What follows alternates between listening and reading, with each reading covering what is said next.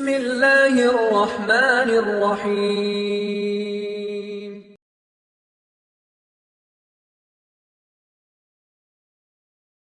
பல நபித்தோழர்கள் போருக்கு செல்வம் கொடுக்க வேண்டும் என்ற நிலைமை வந்தால் அந்த இரவில் உழைத்து அதை அல்லாஹ்வுடைய பாதையில் செலவு செய்வார்கள். சுப்ஹானல்லாஹ்.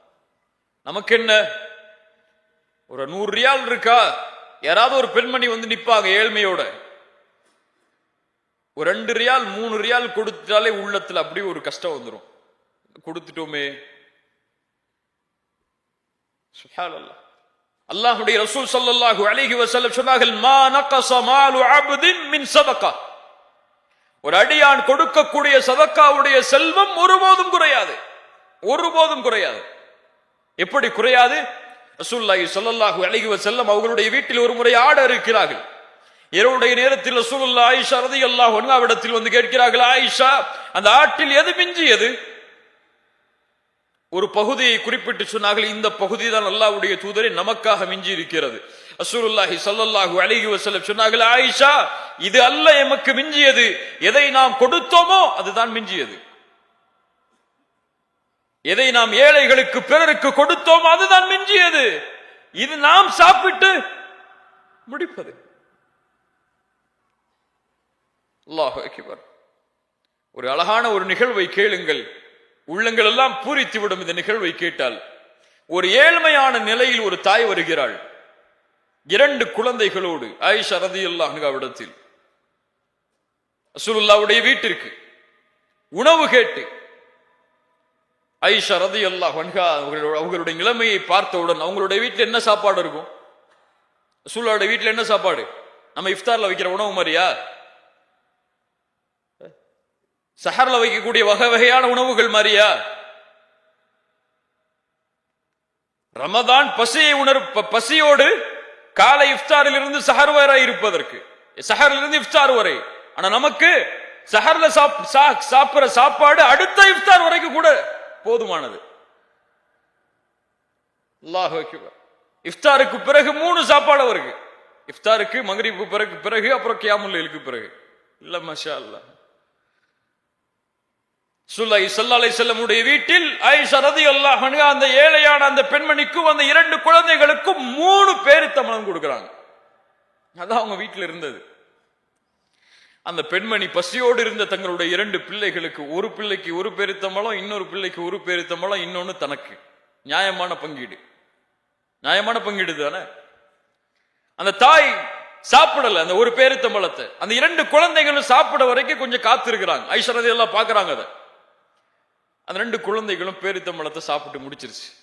தாய்க்கு ரொம்ப சந்தோஷம். அதுக்கு பிறகு அந்த பேரித்தம்பழத்தை சாப்பிடலான்னு வாய்க்கு கொண்டு போறாங்க. அந்த 2 குழந்தைகளும் கேக்குது, எனக்கு கொடுங்கன்னு சொல்லி. சுப்ஹானல்லாஹ். உடனடியாக அந்த தாய் அந்த 2 பேரித்தம்பழத்தை பிரித்து ஒரு பகுதியை ஒரு குழந்தைக்கு, இன்னொரு பகுதியை இன்னொரு குழந்தைக்கு கொடுக்கிறார்கள். ஆயிஷா রাদিয়াল্লাহு அன்ஹா சொல்கிறார்கள், ஃபஅஜபனி ஷஅனுஹா, அந்த பெண் செய்த அந்த செயல் என்னை ஆச்சரியப்படுத்தியது. சுப்ஹானல்லாஹ். ரசூலுல்லாஹி ஸல்லல்லாஹு அலைஹி வஸல்லம் வந்தவுடன் அதை நான் அறிவித்தேன். அல்லாஹ்வுடைய ரசூல் சொன்னார்கள், இன்னல்லாஹ கத் அவ்ஜப லஹா பிகல் ஜன்னஹ் அவ் அஅதகஹா பிஹா மினன் நார். அல்லாஹ் இதனால் அந்த பெண்ணுக்கு சொர்க்கத்தை கடமையாக்கினான், அல்லது நரகத்திலிருந்து அல்லாஹ் விடுதலை அளித்தான்.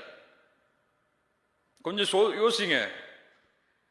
தன்னுடைய குழந்தையின் பசியை ஆற்றியதற்காக அந்த பெண்ணை கண்டு ஆயிஷா রাদিয়াল্লাহு அன்ஹா சொல்கிறார்கள், அவர்களை கண்டு நான் ஆச்சரியப்பட்டேன். ரசூலுல்லாஹ்விடத்தில் தெரிவித்தேன், இந்த செயலுக்காக சொர்க்கம் கடமையாக்கப்பட்டது அந்த பெண்ணுக்கு. நமக்கு சதக்கா கொடுத்தா சொர்க்கம் கிடைக்குமான்னு இன்ன வரைக்கும் தெரியாது. ஒரு ஏழைக்கு 2 திர்ஹம் கொடுத்தா அல்லாஹ் எனக்கு சொர்க்கத்தை கொடுப்பான்னு யோசிச்சிருக்கோமா என்னைக்காது? சுப்ஹானல்லாஹ். சொர்க்கம் தொழுதால் மட்டும் கிடையாது, ஜக்காத்து கொடுத்தால் மட்டும் கிடையாது, ஹஜ் செய்தால் மட்டும் கிடையாது, வாரம் உம்ராக்கு போயிட்டு வந்தா மட்டும் கிடையாது. ஒரு நாய்க்கு தண்ணீர் கொடுத்ததற்காக ஒரு விபச்சாரியை அல்லாஹ் மன்னித்து இந்த பெண்ணுக்கு அல்லாஹ் மன்னிப்பை வழங்கினான். இன்னொரு ஆண் தண்ணீர் கொடுத்ததற்காக இன்னொரு நாய்க்கு அல்லாஹ் அந்த ஆணை மன்னித்து அவருக்கு அல்லாஹ் நன்றி செலுத்தினான். இதான் தீன், இதான் நமக்கு கொடுக்கப்பட்ட மார்க்கம். இந்த மார்க்கத்தில் எதை செய்தாலும் அங்கே முடிவு சொர்க்கமாக அமையும். அல்லதீன யுன்ஃபிகூன ஃபிஸ் ஸர்ராஇ வத்தர்ரா, முதல் தன்மை செயல்படுத்துவோமா இன்ஷா அல்லாஹ். வீட்டில் யாராவது ஏழை வந்து நின்றால் எது சுட வச்ச சாப்பாடோ, எது அன்னைக்கு சமைச்ச சாப்பாடோ அதை கொடுத்துட்டு, எது பழைய சாப்பாடோ அதை நம்ம சாப்பிடணும். எது சிறந்ததோ அதை பிறருக்கு கொடுத்து, எது போதுமானதோ அதை அதனோடு வாழ வேண்டும். நான் என் குழந்தைக்கு சிரமம் இருந்தால், அதற்கு மேல் சிரமம் உள்ள ஒரு குழந்தை இருந்தால், என் குழந்தைக்கு நான் கொடுப்பதை விட அந்த குழந்தைக்கு கொடுத்துட்டு இந்த குழந்தைக்கு இருக்கிறத கொடுக்கணும். இவர்கள்தான் முஃமின்கள், இவர்கள்தான் முத்தகீன்கள். இரண்டாவது தன்மை வல் காதிமீனல் கைஸ், ரொம்ப முக்கியமான தன்மை, எல்லா பிரச்சனைக்கும் காரணமான தன்மை, எல்லா டைம் இருக்கக்கூடிய தன்மை. என்ன தன்மை? வல் காதிமீனல் கைஸ், கோபங்களை அவர்கள் விழுங்குவார்கள். முத்தகின்கள் யார்? கோபங்களை விழுங்குவார்கள். என்ன அர்த்தம்? கோபப்பட மாட்டார்கள். கோபப்படாமல் இருந்தால் எது கிடைக்கும்? எது கிடைக்கும்? பிபி ஏறாவது கொஞ்ச நாள் வாழலாம் கிடையாது, மெடிக்கல் செக்கப் போக வேணாம் கிடையாது. கோபத்தை அடக்கினால் சொர்க்கம். ரசூலுல்லாஹி ஸல்லல்லாஹு அலைஹி வஸல்லம் இடத்தில் நபித்தோழர் கேட்கிறார், யா ரசூலல்லாஹ், ஒரு அமலை சொல்லுங்கள், அந்த அமல் என்னை சொர்க்கத்தில் அழைத்து செல்ல வேண்டும். லா தக்தப் வலக்கல் ஜன்னah, கோபப்படாதே, உனக்கு சொர்க்கம் உண்டு. உஇத்தத் லில் முத்தகீன், அந்த சொர்க்கம் அவர்களுக்காகத்தான் தயாரிக்கப்பட்டிருக்கிறது. அவர்கள் யார்? கோபத்தை விழுங்குவார்கள். ரசூலுல்லாஹி ஸல்லல்லாஹு அலைஹி வஸல்லம் சொன்னார்கள், ரொம்ப அழகான ஹதீஸ், யார் ஒருவர் கோபத்தை கட்டுப்படுத்துகிறாரோ, அதை வெளிப்படுத்துவதற்கு தகுதி இருந்தும், வெளிப்படுத்த முடியும் என்ற நிலைமை இருந்தும், யார் கோபத்தை கட்டுப்படுத்துகிறாரோ, அல்லாஹ் ரப்புல் ஆலமீன் நாளை மறுமையில் படைப்புகளுக்கு முன்னால் அவரை அழைத்து சொல்லுவான், ஹூரிலின் பெண்ணில் எந்த பெண் உனக்கு தேவையோ எடுத்து செல்லு. உங்க மனைவி உங்களை கோபப்படுத்துறாங்கன்னு சொன்னா, அந்த கோபத்தை விழுங்குங்கள், அல்லாஹ் இந்த பெண்ணை விட சிறந்த பெண்ணை மறுமையில் தருவான் என்று. ஹூர்லின் உண்டுன்னு சொல்லி அமைதியா இருந்துடணும். இல்ல மாஷா அல்லாஹ். கண்ணியத்துக்குரியவர்களே, வல் காதிமீனல் கைஸ் என்றால் என்ன? கோபத்தை விழுங்குவது என்றால் என்ன? கோபத்தை அடக்குவதற்கும் விழுங்குவதற்கும் என்ன வித்தியாசம்? என்ன வித்தியாசம்? ரசூலுல்லாஹி ஸல்லல்லாஹு அலைஹி வஸல்லம் இடத்தில் ஒரு நபித்தோழர் வருகிறார், உம்மி மக்தூம், கண் தெரியாத நபித்தோழர். யார் இவர்? உம்மி மக்தூம் யார்? இவருக்கு என்ன வேலை சமூகத்தில்? அதான் சொல்லுவார். பிலால் அவர்களும் இவர்களும் முஅத்தின்.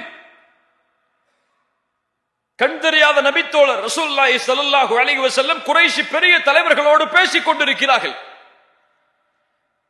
இவர் வருவதை பார்த்தவுடன் அபஸ வ தவல்லா, மனிதர் வந்த பொழுது முகம் சுளித்தீர்கள், திரும்பிக் கொண்டீர்கள். அபஸ என்றால் அரபி மொழியில் முகம் சுளித்தல் என்றால் உபூஸ், இந்த கோவப்பட்ட அந்த நெத்தியில ரெண்டு கோடு வரும்ல, நெத்திய சுருக்கடா, இந்த கோடுக்கு தான் உபூஸ்னு சொல்லுவாங்க அரபியில. அந்த நிலைமையில் முகம் சுளித்தார். அபஸ வ தவல்லா, அவ்வளவுதான் செஞ்சாங்க ரசூலுல்லாஹ். ஆனா உம்மி மக்தூமுக்கு தெரியுமா ரலியல்லாஹு அன்ஹு ரசூலுல்லாஹ் இப்படி செஞ்சது? தெரியுமா? தெரியுமா? முடியாது, தெரியாது. யாருக்கு தெரியும்? இப்ப கோபப்படும் போது உணர வேண்டும், இந்த கோபத்தை அல்லாஹ் பார்க்கிறான், அவனுக்கு தெரியும். அவனுக்கு இது பிடிக்காது. கோபப்படுபவர்களை அல்லாஹ் ஒருபோதும் நேசிக்க மாட்டான். அறிஞர் சொன்னார், அல்லாஹுடைய கோபத்தை அடையக்கூடிய காரியங்களில் மிக முக்கியமான காரியம் கோபம். கோபம் அடைவதற்கு அல்லாஹ் அந்த உரிமையை கொடுக்கவே இல்லை யாருக்கும். நாம் யார் நமக்கு சமமான படைப்புகள் மீது கோபப்படுவதற்கு? நீ இந்த படைப்பை படைத்தவனா? இந்த படைப்பிற்கு உரிமையாளனா? முடியாது. வல் காதிமீனல் கைத் என்றால் கோபத்தை விழுங்கிக் கொள்வார்கள். யாராவது கோபப்படுத்தினா, யாராவது ஒரு விமர்சனம் செஞ்சா போ அல்லாஹ் உன்னை மன்னிக்கட்டு போயிருன்னு சொல்லி கோபத்தை காட்டிட மாட்டாங்க. கோபத்தை விழுங்குவார்கள் என்றால் யாராவது கோபப்படுத்தினால் இவன் சிரிப்பான், அடக்கிக் கொள்வான் உள்ளே. அது வெளிப்படையாக வரும், சிரிப்பாக. ஜஸாக்கல்லாஹு கைர், இனிமே நான் திருத்திக்கிறேன் போயிடுவார். அவர்கள் தான் கோபத்தை அடக்குபவர்கள். வல் காதிமீனல் கைத். அல்லாஹ் ரப்புல் ஆலமீன் கூறுகிறான், முஃமின்கள் யார், சொர்க்கவாதிகள் யார்? வல்லதீன யஜ்தனிபூன கபாயிரல் இஸ்ம் வல் ஃபவாஹிஷ் வ இதா மா கதிபு ஹும் யக்ஃபிரூன். என்ன ஒரு குவாலிட்டி! அவர்கள் யார்? கோபம் அடைந்தால் மன்னித்து விடுவார்கள். கோபம் வந்தால் கட்டுப்படுத்துவார்கள் என்றெல்லாம் இந்த வசனத்தில் சொல்லல. அவர்கள் கோபப்பட்டால் யார் கோபத்தை ஏற்படுத்தினார்களோ அவர்களை மன்னிப்பார்கள்.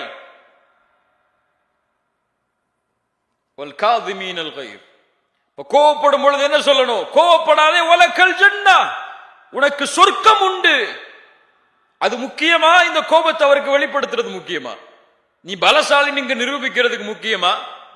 உனக்கு சொர்க்கம் முக்கியமா?